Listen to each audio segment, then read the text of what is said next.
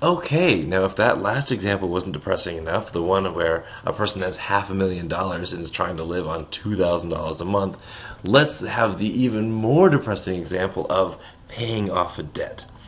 Suppose we owe $2,000 on a credit card.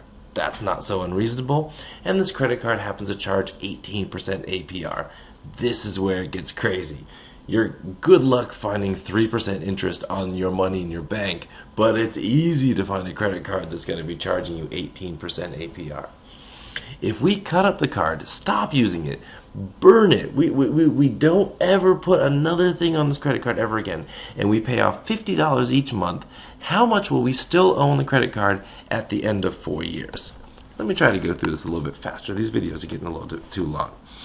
A, the initial amount of money is negative $2,000. That $2,000 we're talking about is not cash in the bank. It's not a positive thing. It's a negative thing. It's money that we owe. N is monthly. We're doing this 12 times a year. What is the APR? What is the rate? What is the rate of interest each month? Well, it is 0.18 divided by 12. What is the number of years? We're doing this for 4 years. And now the payment, P, is a positive amount of money. We are working our way out of debt. It's not like we're subtracting and spending. I mean, if you were spending another $50 on this credit card every month, it would be pulling you further into debt and it would be a negative P. But this is a positive 50. It's going against the grain of the negative amount.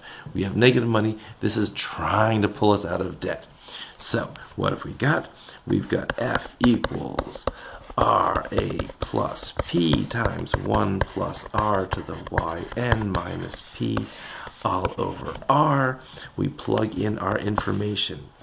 0.18 over 12 times negative 2,000 plus 50 times 1 plus 0.18 over 12 to the 4 times 12 minus 50 all over 0.18 over 12. How do we evaluate this? We use a calculator, of course. Let's scroll this down a little bit more. Okay, first of all, let's figure out what that rate of interest is. 0.18 divided by 12 is 0.015. Yeah, 0.015. Why is that so familiar? Anyway, 0.015. So we've got that. So let's copy this down. 0.015 times negative 2,000 plus 50. 1.015 to the 48. 4 times 12 is 48. Minus 50, all divided by 0.015. Okay. What can we do? Actually, let me show you how you can do a shortcut. Watch this.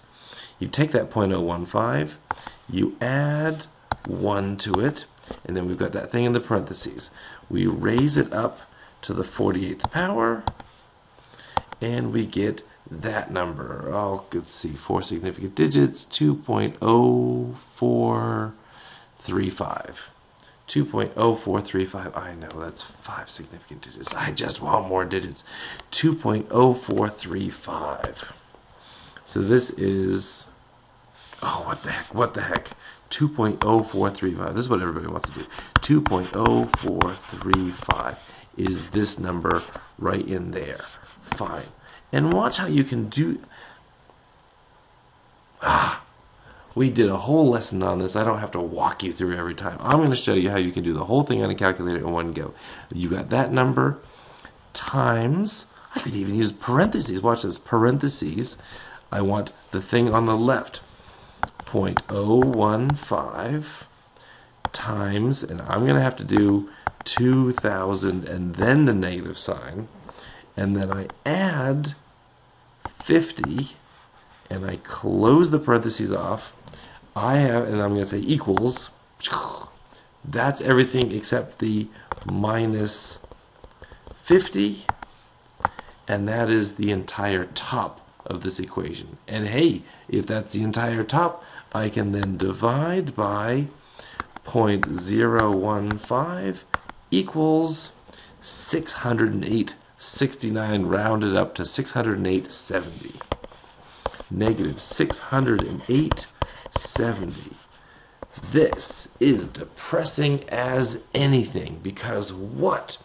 We started off at $2,000 in debt. We're still $600 in debt. What were the total payments that we made? Total payments, we were paying $50 a month times 12 months in a year times 4 years. We have given these 50 times 12 times 4 is, we've given them $2,400. We owed them $2,000. We gave them $2,400. We still owe them $600.